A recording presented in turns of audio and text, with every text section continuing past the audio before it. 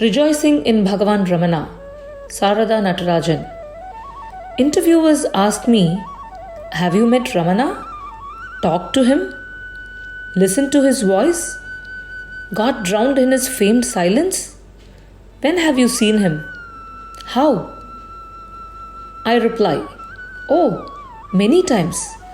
Bhagavan has blessed me on many occasions to be with him through the enactment of his life, through singing his glorious life, and while mentally dwelling on every event connected with him. Which shall I tell you about? Let me begin with my performance on stage from the ballad Nitya Ramana, depicting an event in Sundaresa Iyer's life. My heart is heavy as lead. For the past 100 days, I have not set eyes on the Sadguru. Why? Have I been unwell? Restrained to stay at home or in bed? No, not physically at least. I have kept away from Sri Ramana out of choice, not force. A trick of the mind. What else could be the cause? I judged myself. Worse, judged the Sadguru too. I decided that there had come about no change in me for all my visits to his presence. I remained the same, bogged down by the same pettiness, pulled hither and thither by the same tendencies. A greater calm did not pervade my actions. A verdant love did not burst forth in my heart. Of what use was the daily climb? Asking myself thus, yes, judging, weighing the effect of Sri Ramana's presence, I decided to keep away. I sentenced myself to 100 days of hell and darkness. Everything was meaningless. No, I could not take this anymore. But what would I say if Bhagavan inquired about the reason for my absence? How could I face him? Yet, I cannot stay away any longer. Everything reminds me of him. The sun rays playing on the tank, the blooming lotuses, the cool breeze, the sound of devotees chanting Arunachala Shiva, Arunachala Shiva. I am not aware of the scorching sun nor the scalding rocks. I am not aware of having run up and at what pace I climbed. I know only that I am near Skandashramam, and seeing me approach, Bhagavan Ramana himself is getting up and walking to the entrance to welcome me. A dam has broken within me. I hold his feet for dear life and drench them in unending tears. Now he has gently lifted me up and asked why I have not been coming. I blabber the truth, half choked, weeping still. Bhagavan, I thought it was of no use.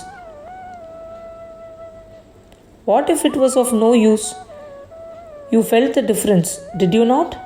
He asks. I wonder, did I really feel the intensity of the scene? I was merely playing a role, merely acting. Perhaps it was so much of the time, yet for a split second as I prostrated and got up, almost without my knowing it then, yet surely, like a child being fed by the mother while asleep, I had been with Bhagavan. Bhagavan had blessed me with many occasions to be with him through the enactment of his life, through singing his story and glory, mentally dwelling on every event. We have rejoiced at his birth time, and again while dancing the glorious moment, while reading and singing of it. We have climbed the Dindigul fort with him, teased him, banged at the door as he lay sound asleep within, dragged him through the streets after painting his face with charcoal, swam alongside in the Mariamman tank and played on the sandy shores of Kaundanya and Vaigai. We have wondered at the sudden transformation in him after the death experience, shed tears as he picked and ate the rice fallen on the ground on his journey to Arunachala. We have had life-giving water poured into our cupped hands by him.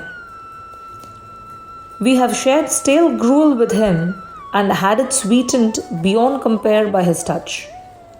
We have been scorched by his look after errors committed knowingly and unknowingly and burned in the depths of hell. We have revived, bathed by his forgiving, loving glance and danced upon the clouds. I use the plural we because the truth would be testified by all who have come into his fold, in the accepted sense of the term, after mid-April 1950. Once, a few years back, at Ramanashramam, it was the Deepam festival. The devotees were chanting Arunachala Shiva, sitting close to one another in the eagerness to catch a glimpse of the holy beacon as it is lit. Another flame is lit nearby, very near, warm, ablaze. The chant merging into one voice, tears choking everywhere, all around. A slight turn to my right, and there he was, Sadhguru Ramana. His picture seated on a tiger skin on a chair, legs crossed right over the left, one arm placed on his knee, the other holding a palm leaf fan. They said he would be looking keenly at the beacon. Had he just turned away? Not even fully, only a sideward glance cast in my direction. I am taken unawares, swallowed alive. Well, almost. I quickly turn away lest I be finished there and then. I have such a tremendous record for survival that I escape the glance, at least for the time being.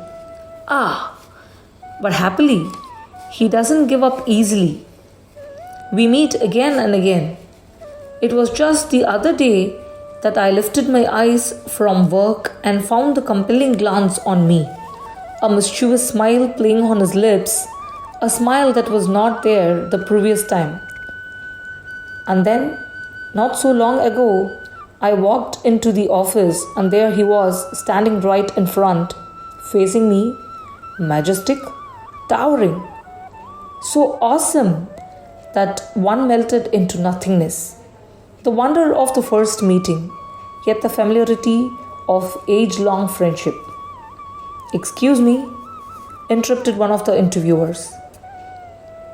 When you say you have been with Bhagavan, Sri Ramana, at the office the other day, are you referring only to seeing his photograph?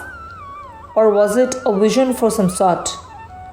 Were the other occasions you refer to also only what you felt on looking at his picture? Don't be misguided into thinking these are just photographs. I remonstrated. I am blessed with recognition that these carry the full power of the Sadhguru's presence. And in those magic moments, I have been with him.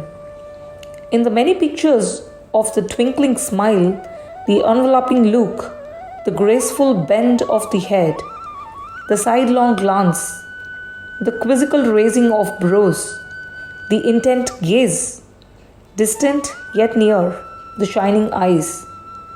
100,000 pictures in each one, and in each the world itself contained, different every moment, yet ever unchanging. The interviewers did not seem particularly pleased with my answer, so they insisted, as politely as they could.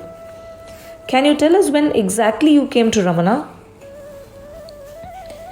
In my mind, when I think of Sri Ramana's entry, I get a hazy picture of my having wandered in darkness, continuously seeking, yet not really knowing what is sought, in perpetual movement, yet having no destination. When I think of the Sadhguru's entry in my life, I realize that it cannot even be called as an entry, for his light must have been with me through all my age-long stumblings. Without it, I could not have seen the dinginess of the roots I chose. It had stayed and moved with me, as me, lighting my thought from within, my surroundings from without, making me alive. How then can one put a date to one's first meeting with him? Yet, even like one in a cave notices light only when it streams in as a beam or a shaft, I had not known the presence of the Sadguru until he appeared in the beloved form of Ramana. Hence, to their question, I answer, I first came to Bhagavan when I was in my mother's womb. The raised eyebrows ask for an explanation. My parents were drawn to Bhagavan Ramana even before I was born, I add. They are satisfied but continue. Which is your earliest memory related to him? The earliest memory? Probably that of Sri Ramanashramam, peacocks in the courtyard, cow Lakshmi's samadhi, sitting on the carved elephants at the entrance, or if one asks for a clearer mind picture, satsangs at Delhi, playing outside to run in and join the singing and chanting at the end. Arunachala Shiva, Ramanaya NAMO, Varga Swayam Prakasam, the Vedic chant of Na Karmana. Then the waving of the Aarti flame before Bhagavan's picture, making those brilliant eyes shine better. Pulling one back from revere, another question is asked. When was the spark of interest in his teaching first ignited? Strange. There seem to be no sharp boundaries, no clear landmarks on the path that one has professed to having tread for so many years past. Perhaps the talks and the snatches of conversation one heard in passing had prepared the ground, but one was unaware of it. The first time clear mention of a truth transcending the body was made and registered was from a cousin. Then too, not in an answer to any question of mine did the conversation occur, but only to assuage the curiosity of another cousin who insisted on knowing. What do you do when you meditate? In an atmosphere that was mostly playful and had no input of earnestness or the spirit of inquiry on our part, we were told that the body is not I, that the self is unbound and eternal, that to realize this truth is the goal of life and meditation is a means to achieve it. Yet, this much was accepted that the body was not I, accepted not as a living truth but mentally, intellectually. No experience flashed at that moment. In a way, it mattered little, for his presence worked its magic anyway, by making me declare that self-knowledge was my goal and Bhagavan was my Sadguru, that I would therefore pursue self-inquiry to the best of my ability thenceforth. To begin with, I almost led myself into believing in the need for a living guru. Although I had already felt Bhagavan ever so often, I did not then recognize this and hence the confusion. How many times must I have tried to run away? One cannot run away from someone one has not met or known. And how many times has he refused to let go, making me stay even without being aware? The next time I tried to make good my escape was a few years earlier. Till then, I was fairly content to pursue self-inquiry, which I had presumed to have understood. The understanding was that the body was not I. No reasoning was expended in this direction as to why this was so. The mystery had for the most part already been unraveled by Bhagavan. It is the I thought, the feeling of individuality, which links itself with other thoughts by bestowing attention on them. When the I shifts attention, the existing thought fades and the new thought comes alive. So, it was understood that the mind is a set of thoughts to which the I thought gives attention and hence life. To know the I, one must focus attention on it and not on the related thoughts. This could be done by asking oneself, who am I? Whereby other thoughts would disappear, or else by watching thoughts. In this manner, I continued to pursue self-inquiry for a few years. This was a process restricted to a few minutes in a day. The connection between self-inquiry and life as a whole was not contemplated upon. Like so many things, it was taken for granted, taken to be understood. So long as other activities of life were sufficiently interesting and engaging, nor major upheavals resulted. Yet, one fine day, one found oneself at the crossroads again.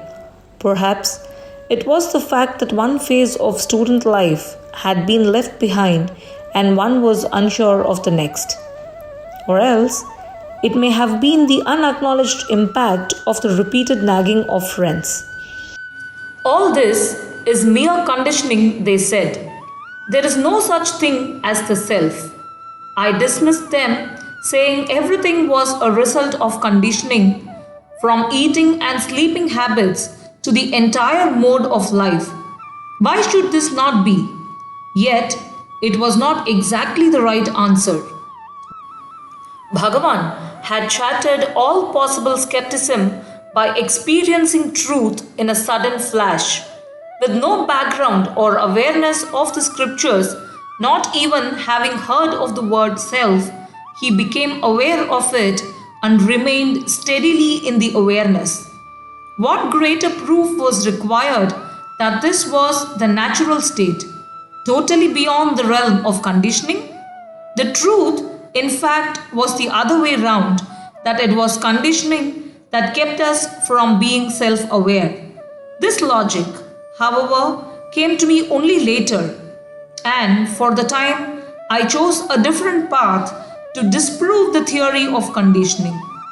Throwing myself into the pursuit of what was normally termed pleasure, I reached dead ends at every turn and finally returned convinced that self-knowledge was the only real option. All this running around, however, had blunted the already not too sharp edge of self-inquiry, and the usual foe of judgment raised its head. I was once more into Sundaresa Iyer's 100 Days. Again, I did not pause to ask whether self-inquiry had been properly understood and pursued, but presumed to wonder whether it was the right way for me. Bhagavan came to me again, relit the path and kept me to it. He came easily as a friend in the form of Vishwanatha Swami. First, he opened the door to the magic garden of source attention. The twin blade of self-inquiry, whence am I, gave new meaning to the search. All thoughts were dependent on the I thought, but the I thought itself was no independent entity. It was merely a reflection of the self from which it derived consciousness, into which it disappeared in deep sleep, and from which it arose recharged on waking. In self-inquiry so far, I had spent my energies in trying to isolate the I thought by cutting away at other thoughts. Now, the direction was different. Attention was focused on the source, on the spiritual heart to the right of the chest. I was assured that it did not matter if such focusing was intellectual to begin with. It would get established as experience at the right time. It was also brought home to me that the source is ever available to turn to, either through self-inquiry or by tracing the mantra to its origin and holding on. Gently, yet insistently, I was reminded that self-inquiry was not a part-time job, that all energy must be directed to the search for self. Not that I should drop all assigned duties. That would be getting the picture wrong. In fact, I once wrote to him before an examination that I was in no mood to study as it was sheer waste of time. He quietly reprimanded me with a reminder that Bhagavan had always insisted on total attention to the task on hand. Mischievously, he added that he hoped his letter would reach in time to avert disaster. I read only recently in Ramana Sahasranama that Bhagavan disliked weeping. How often has Kunjaswami laughed away my blues by helping me laugh at myself too? Or through the intense question, does the sky have any problems? You are not this, you are the self. What are you bemoaning? More often, simply by radiating happiness or deep joy, escaping in tears at the corners of the eyes, but quickly rubbed away lest they be found out. I had nothing to give, everything to receive. But then, that was Bhagavan's way, for as I was told, Bhagavan never sends anyone back empty-handed. At the same time, Bhagavan pretends that we too are contributing something, that we are not getting his infinite bounty absolutely free. Hence, the insistence on keeping up our side of the bargain. Through Vishwanatha Swami, he reminded me time and again that self-attention must be continuous, not at the expense of daily duties, but by giving all spare time to it. The excitement of these fresh insights made one pursue the path with keen interest. There was the challenge of adventure when it begins. Yet, as time wore on, one grew accustomed to the reassuring presence. The Sadguru teased me through Kunjaswami. You have no time to stay. You are always in a hurry. He demonstrated the perfect ease of one who has nothing to do. When I caught him, I presumed asleep, legs stretched on the arms of an easy chair. He demonstrated the absolute alertness of one who has nothing to do by welcoming me the very next moment, perfectly awake, as if he had just been waiting for me vigilantly. Yes, often I have met Sadguru Ramana in the wide awake buoyancy, the perfect clarity and joy that emanates from all those who have savored his presence. They live him. They radiate him, and I get to taste of that wonder too. I seem to live in the equatorial region where it rains every day, the downpour of Bhagavan's grace. His presence is everywhere, at all times. Hence, he makes his presence obvious, ever performing the twin role of the Sadguru. One, drawing within so gently that one is unaware and pushing from without so obviously that one is wonderstruck. For such is the Ramana suffused atmosphere that he has blessed me with. His own shrine of grace so close to home, which I can go whenever in turmoil or when I wish to share my laughter. Walk through the Ramana movement, which gives me repeated opportunities to think, read, talk, sing and dance of his glory and dwell on his teaching. Thus, having the sea of grace within, without ever available being reassured of its presence so often, why does one still get parched again and again? When Ramana is the very self, why do I be with him and part too? How can I be parted from the self? Though not in fact, through the illusion of limitation, I have imagined myself separate from the self and thus have parted. In wonder and beauty and love, in truth and joy and peace, I have glimpsed the self. And so, I have met Sadguru Ramana. It is time to take a deep breath, to cut away all illusion with one fury stroke of inquiry and dive into the self, into Ramana, through the inward pull of grace. Then one would remain no more to meet or to part. To part no more, to abide and sport ever in the vast expanse of bliss that knows no day no night. Om Shri Ramanarpanamastu.